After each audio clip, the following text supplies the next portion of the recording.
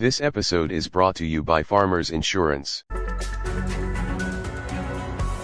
The military coup in Gabon follows a series of takeovers in former French colonies in Africa, with some EU countries openly stating that the bloc's policy on the continent has failed.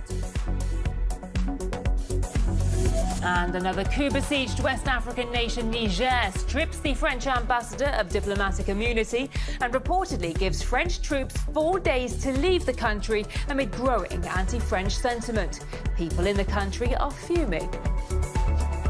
We're here to tell France that times have changed. They need to respect us. For me, it's the word refusal that bothers me. Why are they going to refuse to leave? Is this their country? Is this their territory? Did we call them or ask for their presence? No. Iran says that it foiled a sabotage attempt on its military-industrial complex by a group led by Israel's Mossad agency as tensions between the two countries boil up.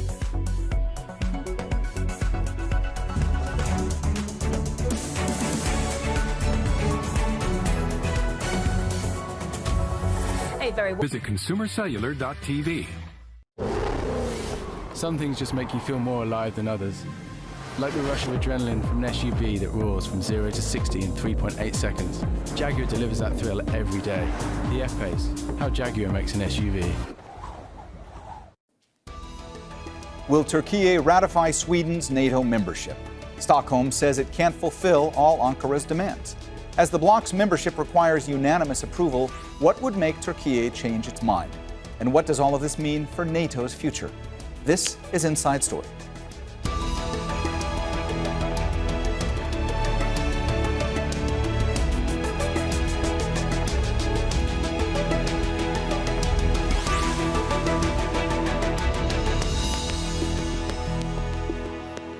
Hello and welcome to the program. I'm Mohammed Jamjoom. One of the many fallouts of Russia's invasion of Ukraine has been that previously neutral Nordic countries. Welcome to Thomas's Comparison Driving Lounge. Mercedes C-Class C300 4MATIC, 40 kilometers an hour, German Autobahn. Let's go. All right, let's get max going. 100.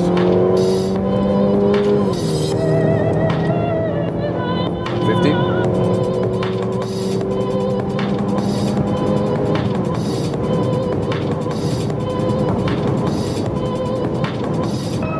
And 200 kilometers an hour. There we go. It's actually well done.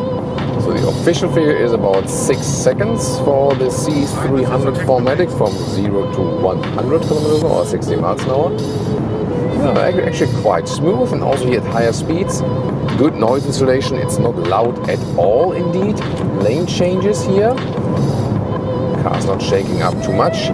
This is here a selective damping. That means it does not change according to the driving mode, but it constantly is somewhat adaptive in a way that it reacts on the different amplitudes, of the bumps. So the reason for that is they don't want to make an active adaptive system, basically to save money. But at the same time, when there are bumps in the road, it's comfortable. But when there's no bumps, it's basically stiffer, that you have more stability. And that works very well. And you've seen it here, when we're on the motorway high speed, wasn't shaking up too much.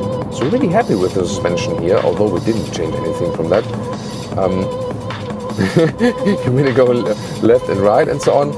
It doesn't give you the sportiest appearance, but still it's not shaking up too much. So I think they found a very good compromise. This is equipped here with the rear axle steering option, and that one automatically adds the sportier suspension. So there are two suspensions, the base one and the sport suspension. And when you go for the rear axle steering, it automatically adds the sport suspension that is a little bit lower, 50 millimeters. But it doesn't feel uncomfortable. 18-inch wheels here with winter tires, so it's also a good choice. And here, this is also one of the advantages of the C-Class. Some might not like it. I found it very spectacular. Look at that ambient lighting. It's just awesome. And of course, you have this effect when you put it warmer or colder, that it also changes them according to the temperature. Really, really cool. I love it because it adds so much more emotion to the whole vehicle. overall, as I said, this generation of the C-Class, if you compare to the previous generation, has become sportier, definitely. Steering or suspension-wise, the steering input is more direct. I really like that now. And especially if you have the combination with the rear axle steering. So, recently talked to a Mercedes engineer, and it's the same actually for the GLC and also for the C-Class. When you have the rear axle steering, the steering itself is also more direct in every case. And that's a very cool thing actually. Here at higher speeds, at speeds above 60 kilometers or above 37 miles per hour, the rear axle steering works in a way that it goes in a parallel direction to give you more stability. At lower speeds, we'll soon also do some winding corners. There, the rear axle steers in the opposite direction than the front wheels, giving you more agility and also reducing in turning circle. Mild hybrid system, so we also have a lot of start-stop function here, for example. And when I have something to roll or so, it can also happen that the engine shuts off. More so in the eco mode when you select that, or also in the comfort mode. And the engine itself is also pretty silent. In the sport mode you have more sound amplification. That's basically for all cars. Meanwhile, here, look at that. I don't have to steer so much, that's great. So with past Mercedes models, we had to steer more than 90 degrees with the steering in a 90-degree bend. And here it was maybe exactly the same or maybe even a little bit less. So I really like the new steering characteristics here of this new generation C-Class. So I heard you wanted more nighttime driving. Well, we already have it here once again in the tunnel, and this is the vehicle that really shines, indeed, literally, if you compare it to the others, especially here in the nighttime tunnel driving part. We go once more to the sports mode. You can see you can also select here on the lower side without touching the screen once again, and we go from 100 kilometers this time and accelerate it out.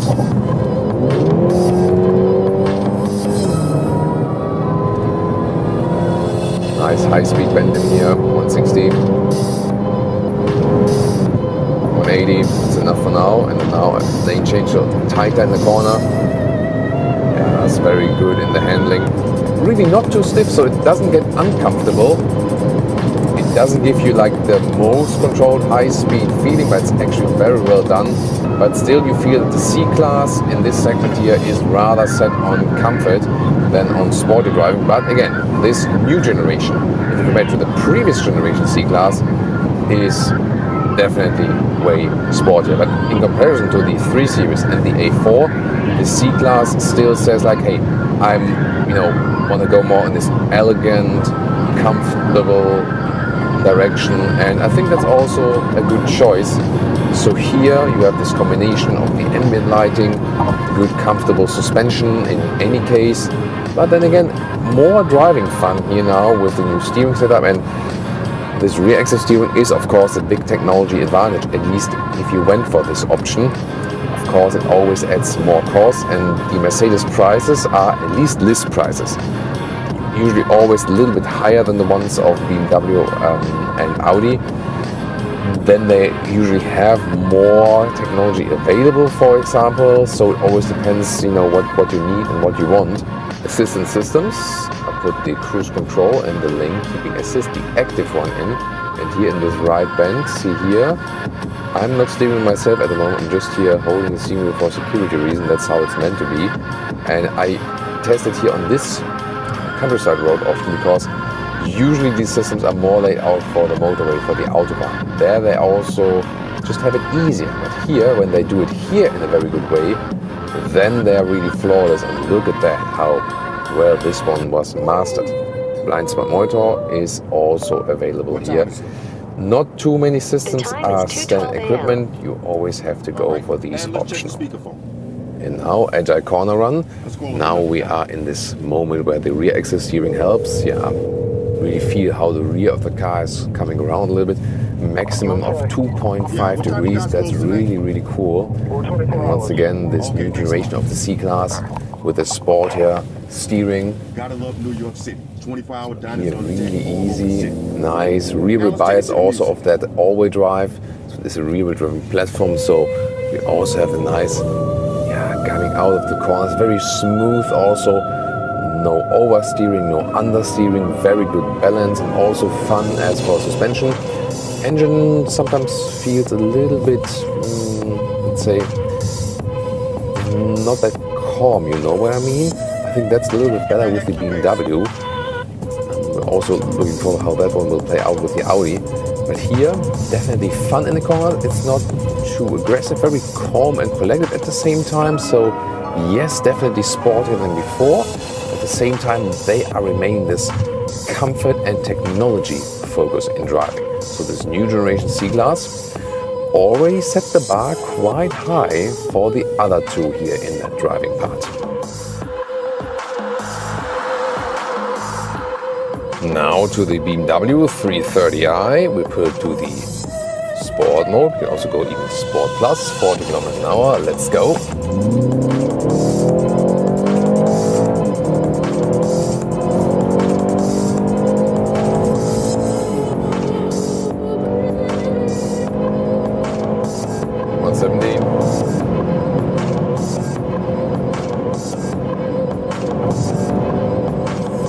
Kilometers an hour. Really nicely done in the acceleration as well. Now here lane change at higher speed. I don't have the best control over the steering, I have to say. And also pretty loud in here. So I feel that this one here is louder than the two others at higher speeds. And suspension is doing a great job. It's actually the stiffest one in the test, I feel. Yeah, you feel it, especially when you're going over these bumps in a very fast way.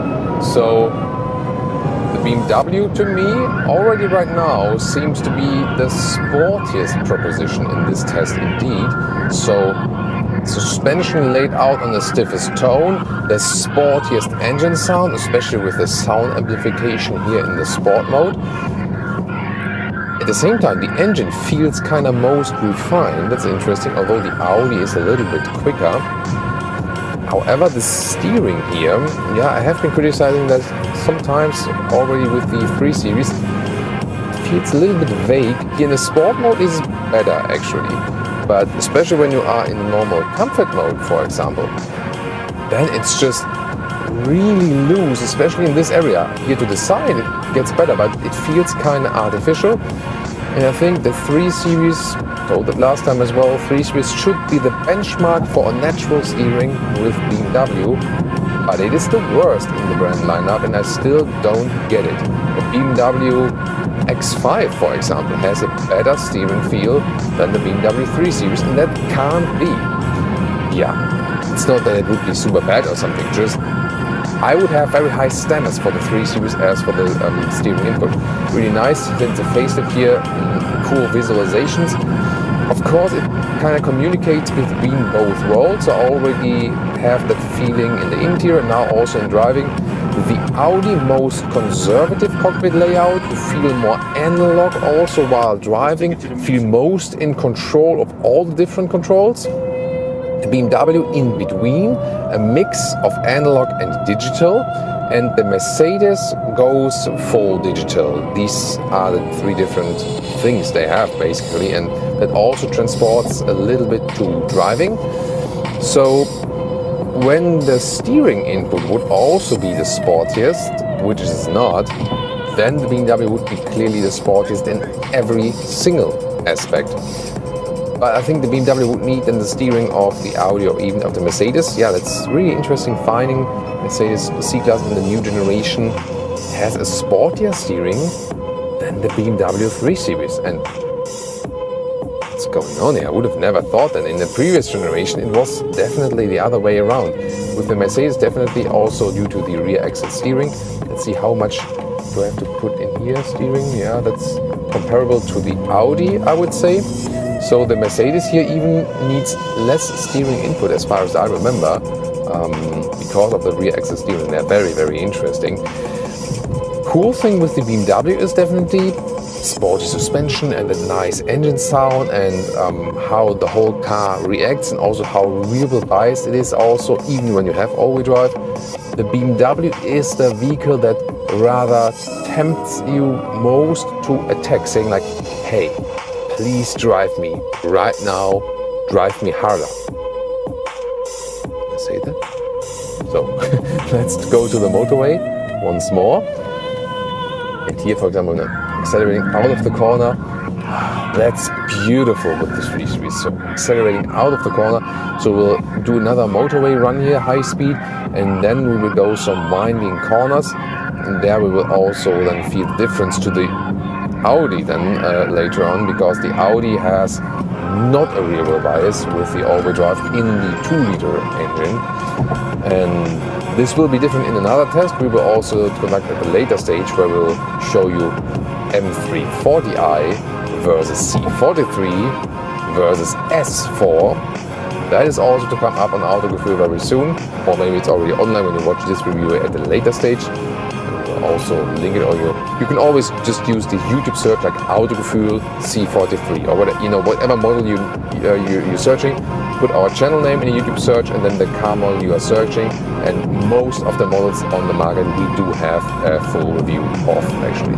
Here inside the tunnel, by the way, some ambient lighting, yes, and here once again in the middle between Audi and Mercedes is the BMW with more visualizations, more facelift interior update and so on, and a little bit more ambient lighting than the Audi, but not as much as with the Mercedes. Sport Plus mode, and also here you can always switch between D and S, the shifting mode. Here you have to do it separately. In the Audi it automatically goes from D to S, then here you have to do it separately.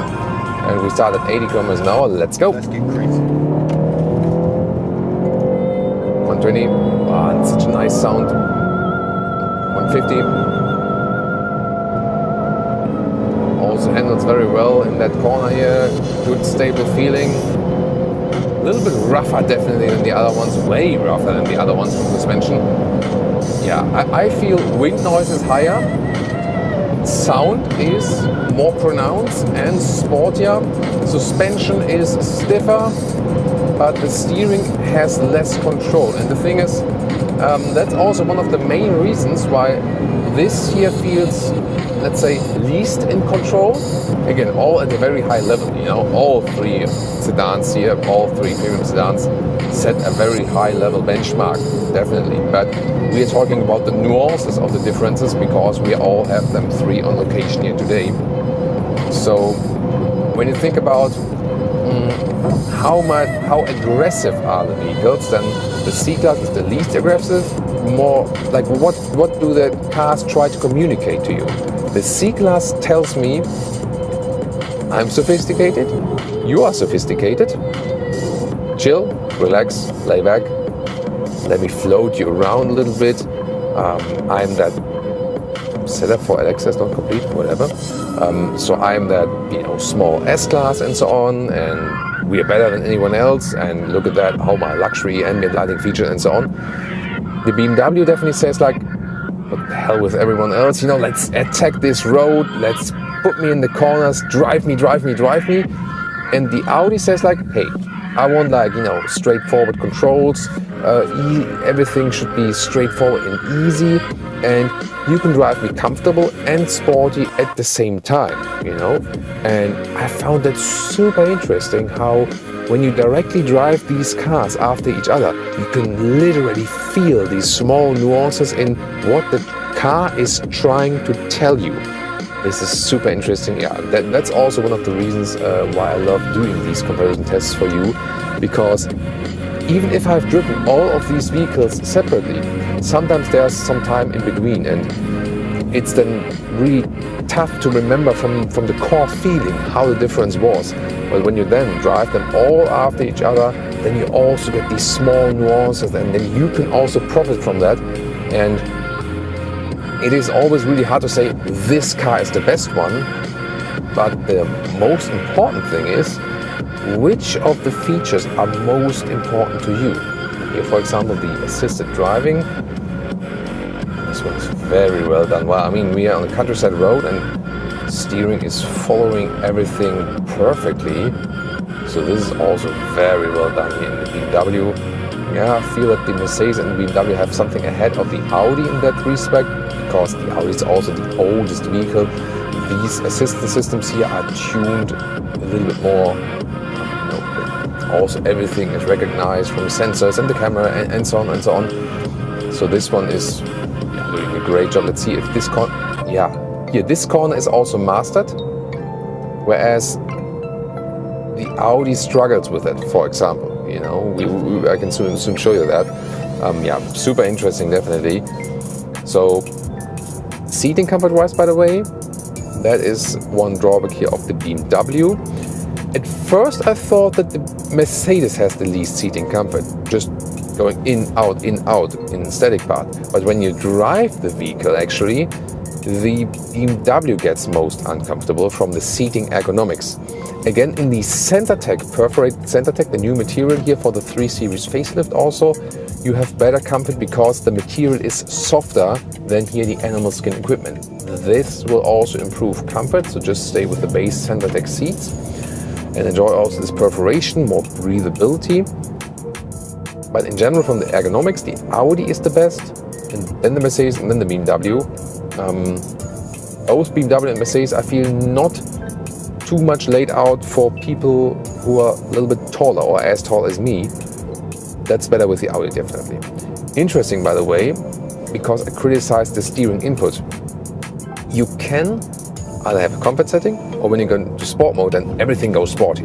But there's also configure individual, and then you can actually, for example, but that's only a sport individual mode, strangely. Why not putting an individual separately? But you can also select just the different settings and then configure individual.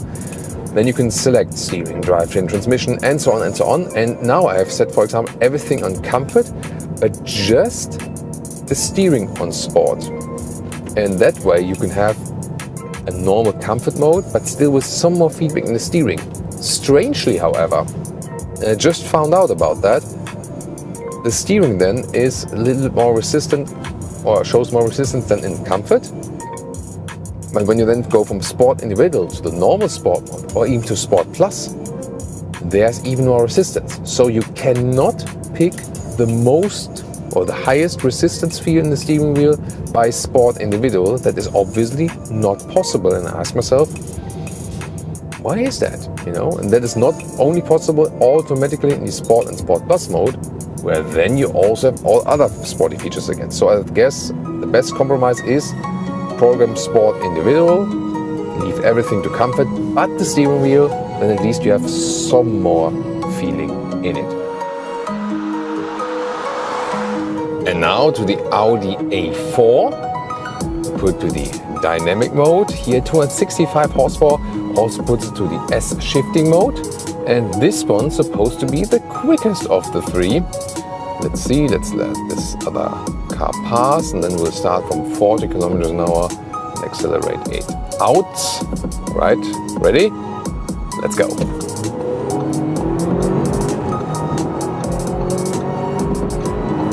120,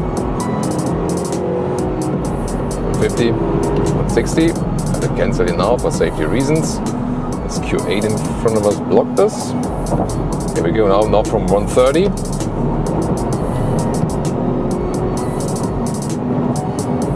160. Really has a good punch still. Wow. And now 200 kilometers an hour, 125 miles an hour, and really stable here also. Great job from that adaptive suspension in the sports mode, giving me more feedback. Wow, this feels really, everything feels like kind of like integrated. You feel very much connected to the vehicle. That's great, actually. Wow, super interesting. Yeah, indeed, it is a little bit quicker. It's not that the, like engine-wise, the best feeling gives you the BMW engine. Maybe also because of the sound they give on the inside or something. The BMW engine feels at least most refined, but definitely here the Audi one is the quickest. Yeah, super interesting. Of course, when you're accelerating straight out, you don't really feel a big effect of this thing that this one here in the Audi is not a rear-wheel drive engine. They just have that for the 3-liter 6-cylinder petrol and diesel, where you have the standard Quattro overdrive 40-60 split. Here in the 2-liter engines, this Quattro Ultra where predominantly front-wheel drive and on demand also rear-wheel drive. Here, by the way, also in the tunnel, you see difference then to the Mercedes, where everything is shining all over the place with the ambient lighting. And here, rather subtle, drawn back, which is the basic theme of this interior, that everything is more subtle and more conservative indeed. And that can be a good or a bad thing. It really depends on your preference. As for the all-wheel drive setup, this will be very interesting soon when we go a little bit more agile corners and accelerate out of the corners. If this one still has a significant effect, then if that's maybe worse or something. Here, by the way, again from the steering input, very likable. The thing is, BMW to me... Welcome to Classic Game Room for the review of Crysis 3 here on Sequel Week, where you play as Legolas wearing a nanosuit fighting aliens in the Hunger Games. You gotta love a game where your most powerful weapon is a bow and arrow. I think they should have gone one step further. Your most powerful weapon should be the back of your hand. In Pimp Slap 3, where Prophet just runs around going, "You owe me money!" No, that would actually be somewhat original. Crysis 3 is a pretty generic shooter for the most part, but it does have a lot of style and it's extremely cool because of it. Crysis has been around for a while now, and it's known for being an extremely good-looking game, and it is a good-looking game. In fact, it's a great-looking game. Except, most of it is hidden in shadows, and most of the time you'll be invisible. So you're like the Predator, except without that weird mouth that opens up in like 4 different ways. Welcome to New York, version 2.0. So here's the story. It's the future, and New York has a lot of new green space or something, and this is apparently bad, and there's a bunch of aliens that need to be killed. There you go. Crysis 3 in a nutshell. That being said, if you like a good sci-fi first-person shooter, I would give this one a play. It doesn't disappoint, except in the parts where it disappoints.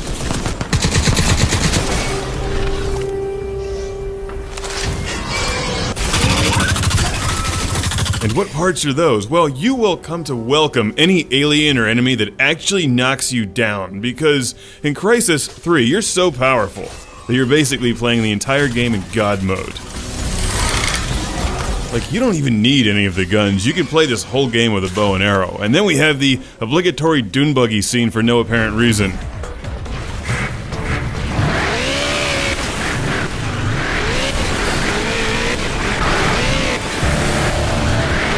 Well, that was fun. Let's go back to shooting people with a bow and arrow. You know, in a way, Crysis 3 is more of a stealth game than a straight-up first-person shooter. Because not only do you have invisibility, but you can also pick out all of your enemies from a distance, hack gun turrets so the guns turn on them, and just basically shoot them from a half-mile away. It's fun, it has high production values, good sound design, surround sound mixing, and decent music for the genre, but it feels like it could have been more. Like, yeah, you can turn up the difficulty, but it's still pretty much the same. The guns are incredibly powerful, and the enemies are weak and spongy. We need more support!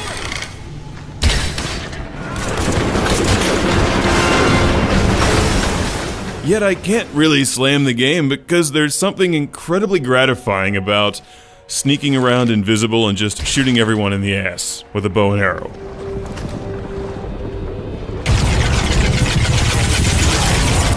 And most of the footage here is chronological as I'm playing my way through the game. And I think what you'll see is that over time I just stopped being sneaky and was like, you know, here I am. Just come get me. You know, I'm not even going to turn invisible anymore. I'm just going to stand out in the open and machine gun all of you. Because really, what are you going to do? I have a nanosuit and you're a bunch of pussies.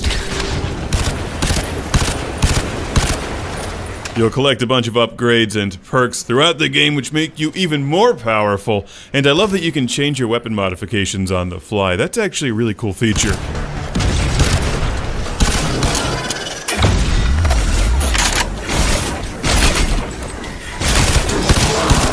The guns are great, yet at no point will anything ever even come close to actually harming you, so... It's kinda like Resistance meets Predator. Wield the power of the nanosuit, claims the packaging. Maybe you should ditch the nanosuit and play in some jams.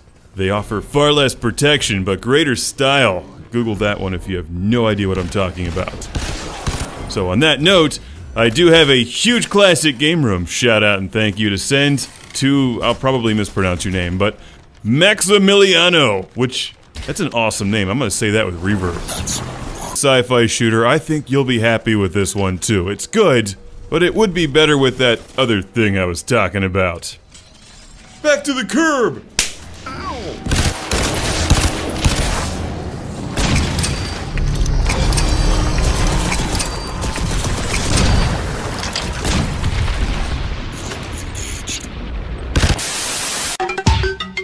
Time and what was France Afrique doing and all that. I read it back last night, and today I say, in fact, maybe I was wrong also at that time, because at that time...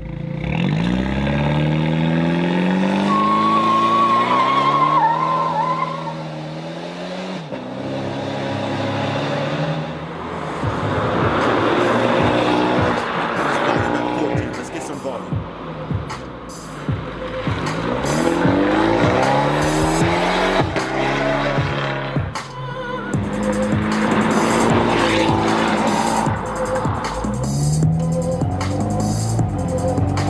So setting off here in the 2023 Integra. So the first thing you notice about this, well, you have a really nice low seating, like I mentioned in the interior segment, is just this seating position being a little weird. I haven't found a comfortable seating position yet where I can see the gauges clearly. The steering wheel is just up too high. I wish everything was pushed down just a little bit in front of me, because I even have this seat up a little bit higher and it's still just a little awkward. But aside from that, visibility is really good here in the EV6, regardless of where you're sitting, just because you have a nice large windshield, good, large side windows. The A-pillars aren't too thick, even with that speaker there at the base of it. And view out of the back is, pretty typical crossover. So really easy to drive as far as all that goes. Another thing you notice immediately in this is the very delicate pedal pressure that you need to give this thing. So both for the gas pedal, it's very sensitive and you can really take off very quickly. Even in normal mode here, it just feels like it just wants to take off on you. It's a little odd, but again, I'll demonstrate that here in a few minutes. But really smooth, comfortable ride, though. You do have adaptive dampers here in the GT version. 576 horsepower. So here we go. Whoa! Woo, man! And that's all the accelerating I can do if I want to respect the speed limits. Wow, but yeah, it even turns traction control off here whenever you're in this GT mode. Man, it really takes off. Wow. So yes, feels every bit as fast as that 3.2 seconds into 60, and honestly even faster than a lot of those supercars that have that bragging right, because with this, obviously you have the perfect launch from the get-go, and it's just instant power, 100% of that power right off the bat. By the way, it'll also do, I think, like an 11.6 second quarter mile time at 119 miles per hour. I mean, it is insanely fast. And yeah, so 576 horsepower, it's like 560 pound-feet of torque, so it's really, really quick. Now, that is like less torque, for example, than the Mach-E GT Performance, but you have more horsepower, a lot more horsepower, almost 100 more. Yeah, and it hits you harder, too, whenever you floor it. It is aggressive with the way this thing accelerates. I mean, it is. So if you aren't in the GT mode, you do get a downgrade in horsepower. So even in sport mode or the normal mode, you only get 260 of that horsepower, although you still get the full like 550 odd pound-feet of torque, regardless of what mode you're in. But it's still, I mean, either way, no matter how you look at it, you're still a huge improvement over what you get with, like, for example, a regular EV6, which does like 320 horsepower, I think 446 pound-feet of torque in those. So I mean, this is a good bit faster. Another quick little acceleration. Alright, that time it actually spun the tires on the gravel. Anyway, we're coming some corners here I always take. Let's see how the EV6 GT handles. Alright, so we do got a little bit of gravel it's picking up here, but it's handling it really well still. The funny thing is that you are sitting up kind of high, this kind of does have like a crossover kind of seating position almost, and so it's just crazy though. You do have really good handling here. Oh yeah, it wanted to kick the back end out there on me, especially here in the GT mode with the nannies turned off there. It is a little more tail happy, and it's so funny because I think Kia and Hyundai, made the right choice of making the more powerful motor be the rear motor. The Mach-E GT, is a Mustang, but yet it has a stronger motor in the front and feels more like a hot hatch with that thing having torque steer and stuff. This feels more like a Mustang than the Mach-E GT does to me, because this thing actually wants to kick the back end out and is just, man, it's a wild, wild ride. And I love the balance of it. It's also impressive that this thing only has 255 wide tires on it. Now they're Eagle F1, like an EV SUV version of that Eagle F1 summer tire. So they are, very, sporty compound, but still, really good amount of grip, and just feels really good. You also have quicker steering here in the GT version of the EV6, so that's also appreciated. I am noticing, it is nice quick steering, and that certainly helps this to feel a lot more aggressive and just ready and eager and willing to just play around with you and just have a blast. And whew, man, that was a fun one. And yes, there is a My Drive mode, and so thankfully that will allow you to adjust the motors, the steering, the suspension, the ELSD, and the ESC in order to make all those, exactly how you want them to feel. And it's nice that it does that, but you still, I believe, are locked out of that top horsepower number unless you are in the GT version. So if you want the craziest thing all the time, you're going to have to just hit that, but at least it's a nice steering wheel mounted button, nice and quick and easy to access. Just one tap and you're there.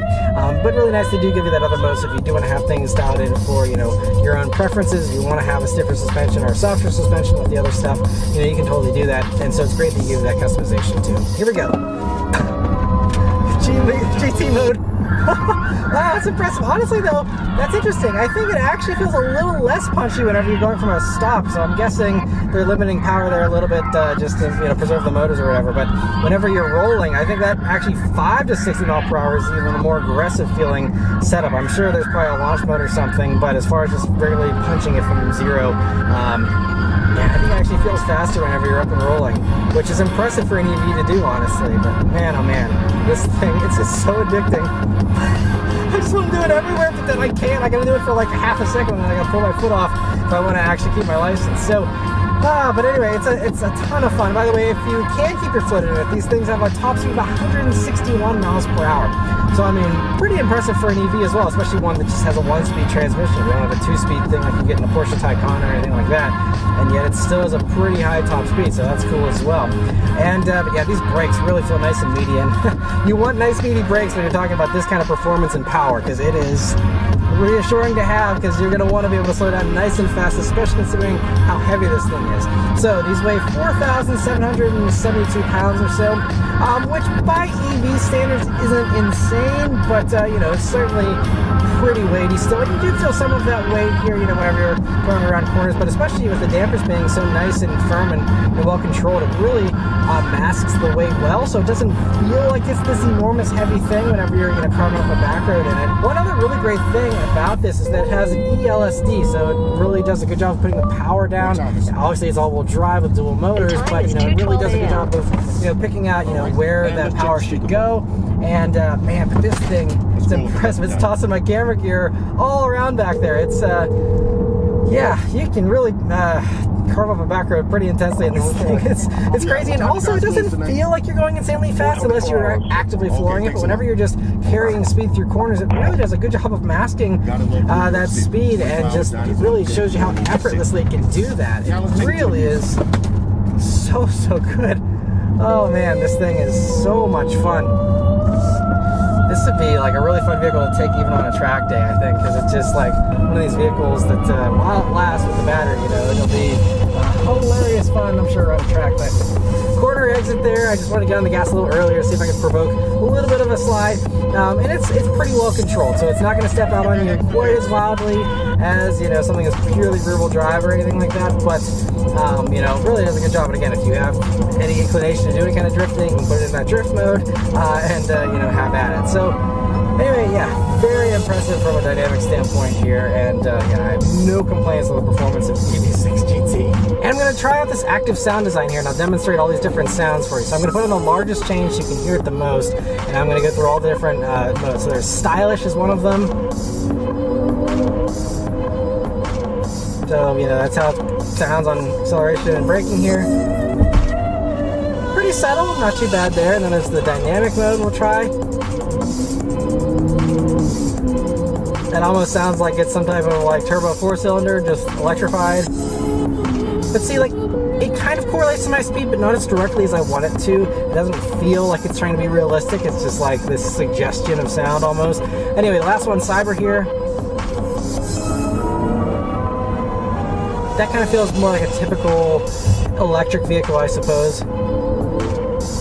And honestly, that's a nice sound as well. So, you know, it's great to give you the options, but again, if you don't want any of them, you just turn it off, and then you don't have any of them, and silence. So, again, all about giving you options. I love that Hyundai and Kia are thinking outside of the box and just offering these things. If people hate them, fine, you turn them off. But it doesn't cost them a bunch of money to, you know, incorporate some extra sounds that are playing through the speakers, so why not do it? I love that, and I wish that was something that they offered. For example, I mean, the Mach-E kind of has, like, one thing with the unbridled mode, but that's about it. Otherwise, there's really nothing to customize there, so I like that they're offering that kind of stuff here. Anyway, though, the one other big important thing about the EV6 being a electric vehicle is the battery. So it has a 77.4 kilowatt-hour battery, and it's on the 800-volt architecture of the eGMP platform that Hyundai and Kia and Genesis are using, and they really set this whole platform up very well from the get-go. So it has some of the best charging in the industry. I mean, it does a 10% to 80% charge in just 18 minutes, and so, I mean, it is insanely quick with the charging, which you're going to need because this thing only has a range of 206 miles here for the GT version. If you go for a regular EV6, you know, it's anywhere between like 270 to like 320 miles of range or something. This is way, way less, obviously, because of the performance and the extra drain from those, you know, motors, but, you know, it's going to come down to your kind of driving as well, and if you're someone who's going to take it easy, you know, you could obviously get much better range. If you wanted to, you know, try and find some smaller wheels or something, you could probably get some better range there, you know, things like that. It's not the end of the world. And the nice thing is you do have the heat pump here in the EV6, so that gives you a little bit better range in the wintertime if you do see cold temperatures compared to something like a Mach-E GT, which doesn't have that. So there are certainly some advantages here. And again, since it charges so fast, I would argue that yes, it's not great for road trips, but it's going to charge so fast, you know, you stop every, you know, 200 miles or so, plug it in for 15 minutes, and you're set. You know, it's really, I think, pretty minimal, you know, as far as, you know, yes, the range number isn't super huge, and for some people that's going to be a source of anxiety, but I really don't think it needs to be, especially when you have charge times this fast. But anyway, we're now out on the highway here, so I'm going to put on the adaptive cruise control system. And it does also have the highway drive assist function here, so I can have it do the lane keeping assist for me here. And it is a hands-on system still, but it will, you know, give you the steering assist and help you out. And so I've tested this system in various other Hyundai, Kia, Genesis products, probably a dozen different vehicles that all have this technology so far, and they're always fairly underwhelming. It's not always a super reliable system. Some are better than others. It's just come down to, you know, kind of roads that you're on, the conditions.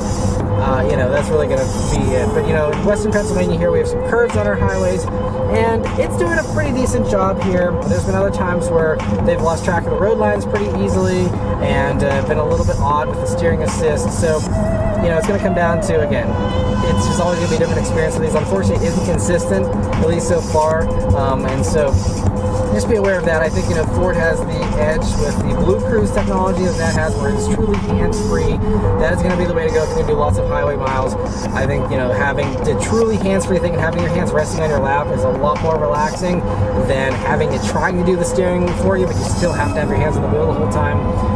You know, it's just not as good of a feeling as the Blue Cruise, which I used extensively on a road trip last year at our Mach-E. Certainly, I think it's a better system. But, you know, especially if you're buying one of these GT versions, you're probably not super concerned about that. But it is nice that it still does do the assistance for you. And otherwise, though, out here on the highway, so adaptive cruise, the normal adaptive cruise part works really well. It slowed down nicely for that car that cut in front of me.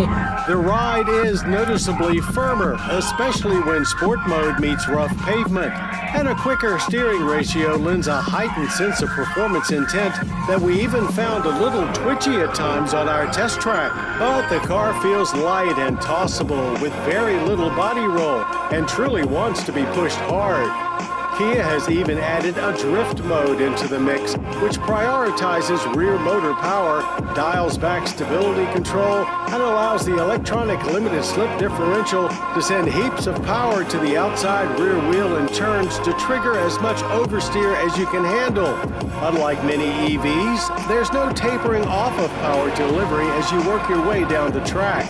No getting off this freight train at any time during the full quarter mile, which we finished in 11.8 seconds at 118 miles per hour. And it's just, a nice thing as far as, the ride quality is super smooth here in normal mode again.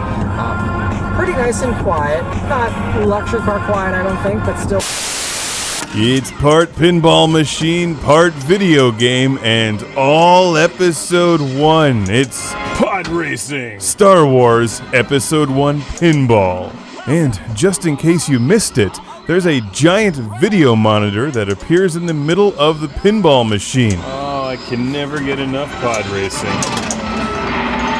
Hey, you're pretty good. Goddamn right I am.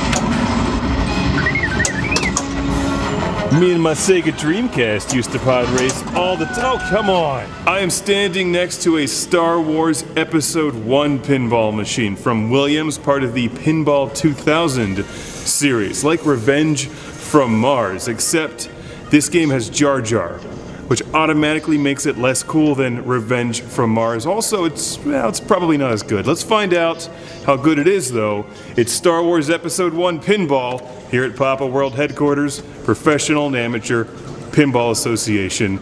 And with any luck, we'll be able to blow up Jar Jar in the game. There he is. He's right beneath the glass. Just get at him. Here's the Star Wars Episode 1 pinball machine. This is what it looks like with the glass off. And we're going to put the glass on. And there's the screen. The screen magically appears on reflective glass. That is a really cool effect. The problem is that this machine is less Lando and more Jar Jar. Oh no! Not the Jar Jar scene. That was an accident. Looking very, very good. No, it's not looking very good because you're in it. Oh, that's fitting. Oh no, I want to escape Jar Jar. Oh, end it. Make this scene go away. We're gonna be eaten by that thing. Shut up. We did it together. Oh, you suck. It does have the Star Wars music. I like that. Just hang out and listen to the pinball machine all day.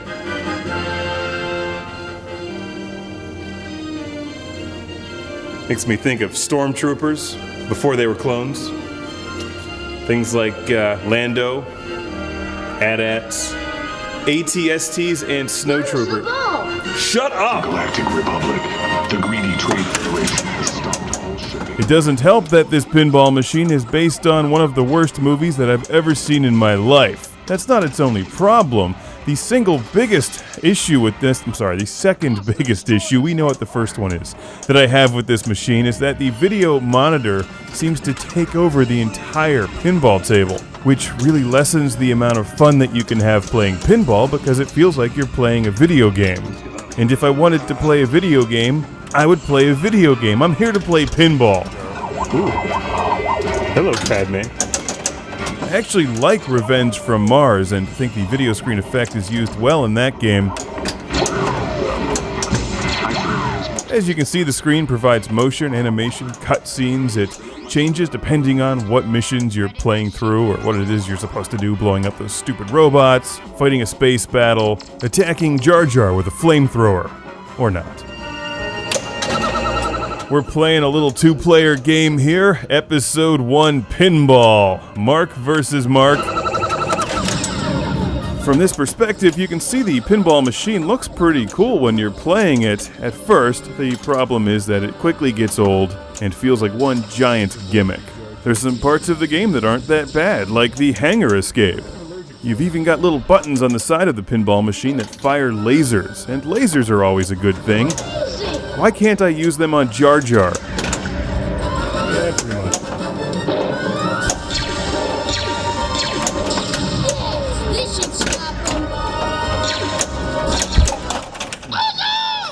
Screw you! Once those droids take control of the surface, they will take control of you.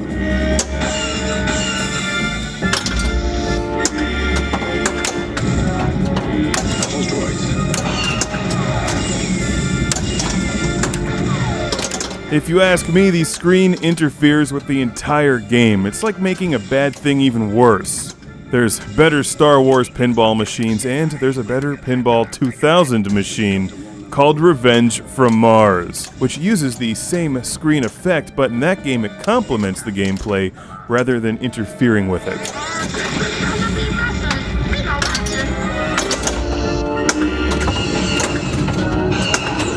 Once those droids take control of the surface, they will take control of you.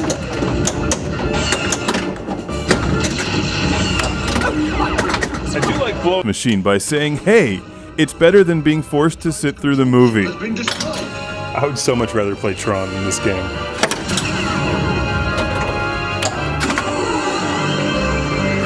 Why am I wasting precious time playing this when I can play Tron? There's a Tron machine right over there.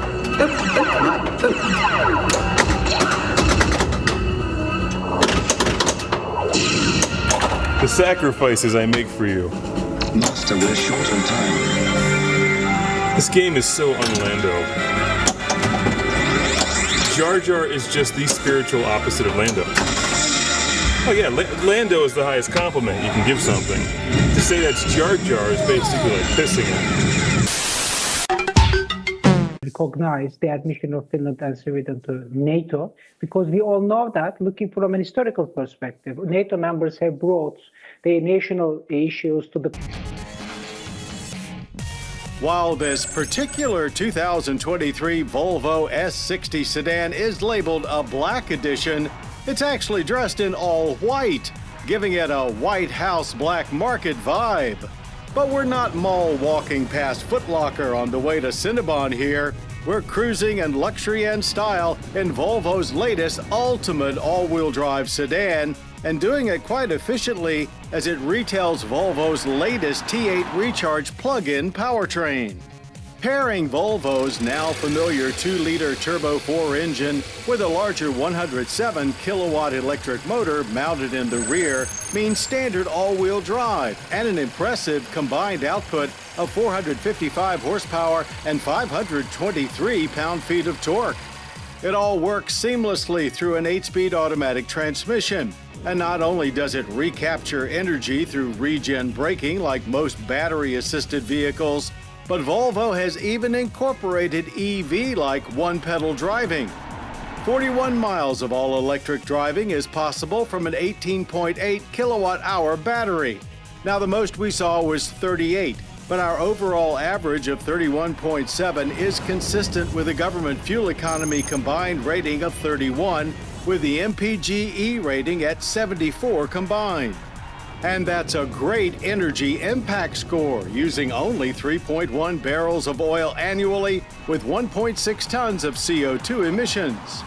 Standard powertrain is now known as B5 and is a mild hybrid version of the 2-liter turbo with 247 horsepower. Available only in Onyx Black or this Crystal White, Black Edition adds to the already present glossy black trim with fully blacked out grille, unique badging, and 19-inch alloy wheels in black, of course. This is on top of a slightly redesigned front end for all S60s, now using the logo to integrate the forward-pointing camera and radar. The rear bumper is also reformed with no visible exhaust pipes showing, and new wheel designs are available across the lineup. This third-generation S60 has been on the road since 2019 and is the smaller of 2 remaining sedans in the Volvo lineup. Changes inside mostly revolve around the center stack, where the vertically oriented 9-inch infotainment touchscreen has been upgraded to the Google-based system we've experienced in the XC60 as well as the Polestar 2 EV. Black editions are outfitted with charcoal leather, but vegan options are available. There's also unique charcoal material for the headliner to go along with notable existing S60 elements such as the crystal gear selector, glossy black trim, 12-inch digital driver display, and panoramic moonroof. But it was our trip to Mason-Dixon Dragway that impressed us most. 523 pound-feet of torque is no joke, and the S60 is perfectly tuned to handle it, launching aggressively to 60 in a scant 4.3 seconds. Not too many family sedans get it done that quickly, and being able to win just about every stoplight Grand Prix in a humble-looking Volvo sedan is sweet indeed, making it possibly the ultimate sleeper machine on the road right now. Sign us up! Shifts were silky smooth with no power loss in between gears. We finished out the quarter mile in 12.8 seconds at 111 miles per hour. When in EV mode, the S60 is strictly a rear-wheel drive car, though handling remains more competent than exciting, as Volvo does prioritize safety above all else.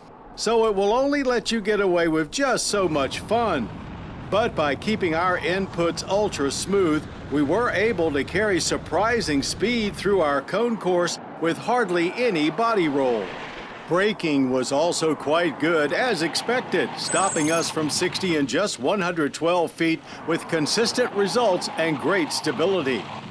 Finally, Volvo has adjusted their packaging for this year, incorporating more standard content like wireless phone charging into what is now the base core model, which starts at $42,395 with the B5 powertrain.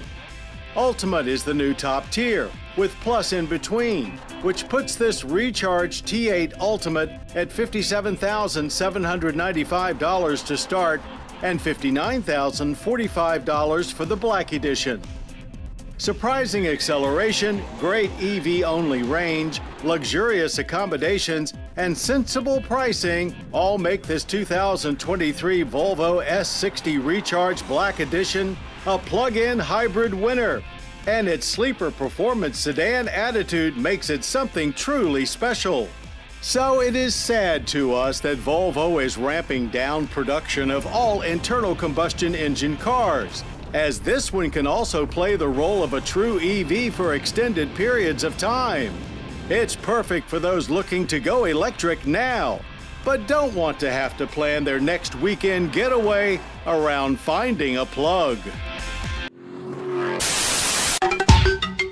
I thought Ali was maybe something new for Gabon and all that. Platform of the alliance whenever any particular topic came to the agenda. Let's to thank one of our sponsors, Farmers Insurance. It's all you. No, I insist. It's your turn. Nope, I think it's your turn. I appreciate you so much. Thank you so much. Go. I appreciate your appreciation. It fills me. Safe drivers save money with Farmers. Just for driving safely? It's a Farmers policy perk. Get Farmers and you can get a safe driver discount simply for having a clean driving record for 3 years. Come on. After you. After you. Safety first. Get a whole lot of something with Farmers policy perks. We are farmers. Bum, bum, bum, bum, bum, bum.